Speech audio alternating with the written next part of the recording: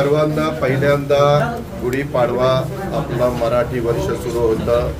त्या गुढीपाडव्याच्या नववर्षाच्या तमाम महाराष्ट्रातल्या जनतेला तसंच माझ्या बारामतीकरांना, माझ्या पुणेकरांना सर्वांना मनपूर्वक हार्दिक शुभेच्छा. हे नवीन वर्ष सर्वांना सुखाचं, समृद्धीचं, आनंदाचं, भरभराटीचं जावं अशा प्रकारची ईश्वरचरणी प्रार्थना.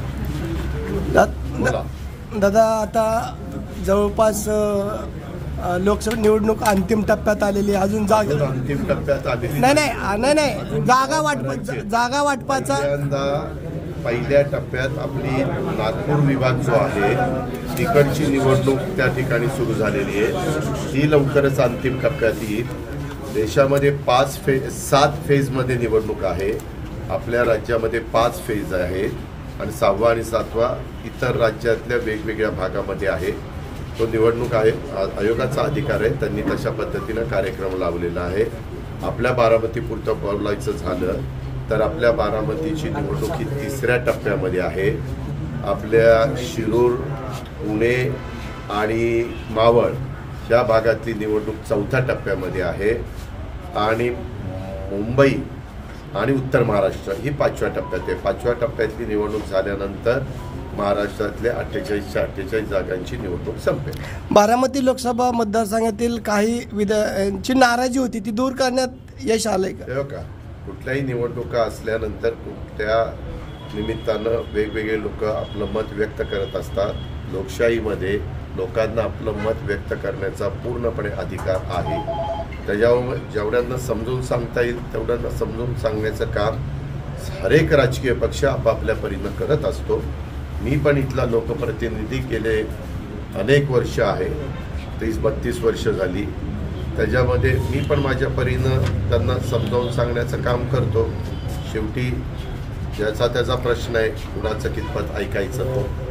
दादा, काल पवारसाहेब दुष्काळी दौऱ्यावर होते आणि त्यांनी सुप्याच्या सभेमध्ये सांगितलं की धमकावलं जातंय. कारखान्याला ऊस न्यायचा असेल तर आपण घड्याळाला मतदान करा, पाणी पाहिजे असेल तर घड्याळाला मतदान. पण सगळे इलेक्ट्रॉनिक मीडियाचे लोक मला इतके वर्ष ओळखतात.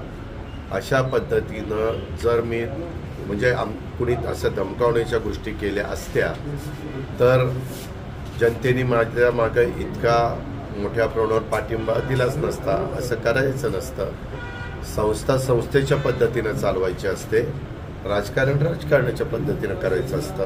आणि जर कुणाला धमकावलेलं असेल तर ज्यांनी धमकावलं त्याच्या विरोधात पोलीस केस करावी आणि पोलिसांनी चौकशी करून पुढची कारवाई करावी.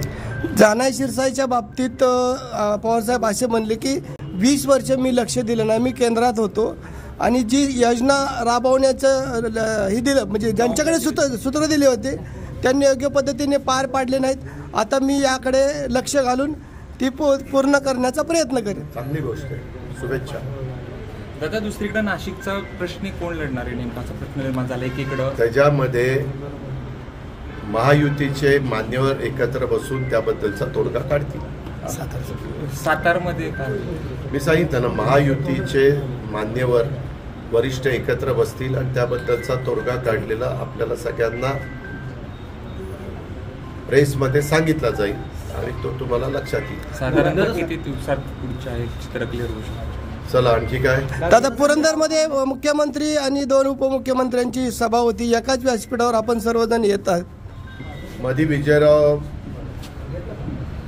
शिवतारे साहेबांच्या बरोबर चर्चा करत असताना त्यांनी त्यावेळेस अशा प्रकारची मागणी केलेली होती की मी ज्या मागणीच्या करता उमेदवारी अर्ज भरण्याचा विचार केलेला होता त्या मागण्या त्यांनी मुख्यमंत्री, दोन्ही उपमुख्यमंत्र्यांच्या समोर ठेवल्या आणि त्याबद्दल आम्हाला तुम्ही काय करणार आहेत त्याबद्दलची खात्री द्यावी आणि तशा पद्धतीनं मी एक सभा आमच्या लोकांची लावतो, म्हणजे शिवसेनेची, पुरंदरवासियांची, आणि त्याला तुम्ही तिघांनी आलं पाहिजे. त्यावेळेस आम्ही त्यांना कबूल केलेलं होतं. आम्ही जे बोलतो तसं वागतो, आम्ही बदलत नाही. आज एक बोलायचं, उद्या दुसरं बोलायचं, पुन्हा बोललेलं होऊन द्यायचं नाही, असं नाही आहे. त्याच्यामुळे आम्ही त्यांना शब्द दिला होता. त्यांनी 11 तारखेला सभा ठेवलेली, म्हणून मी पण जाणार आहे आणि दोन्ही उपमुख्यमंत्री पण म्हणजे सॉरी मुख्यमंत्री आणि उपमुख्यमंत्री पण येणार.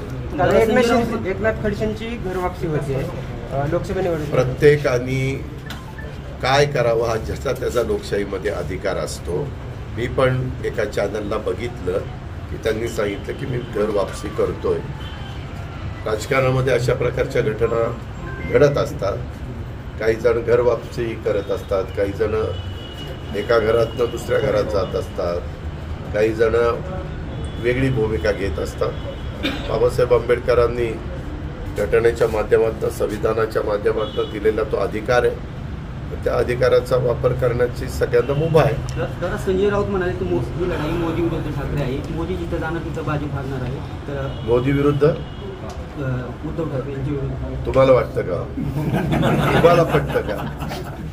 ही लढाई एक वेळ मोदी विरुद्ध राहुल गांधी म्हणलं असतं तर मी पटलं असतं. महाराष्ट्राच्या बाहेर ते नाहीये. आणि तुम्ही ना काही जण इतका म्हणजे त्याला असा शब्द वापरला तर कारणा लोकांच्या वेगळ्या पद्धतीच्या प्रतिक्रिया येतील. परंतु उगीच आपल्याला बोलण्याचा अधिकार दिला म्हणून किमान लोकांना पटे असं तरी बोलावं माझ्या सहित सगळ्यांनी.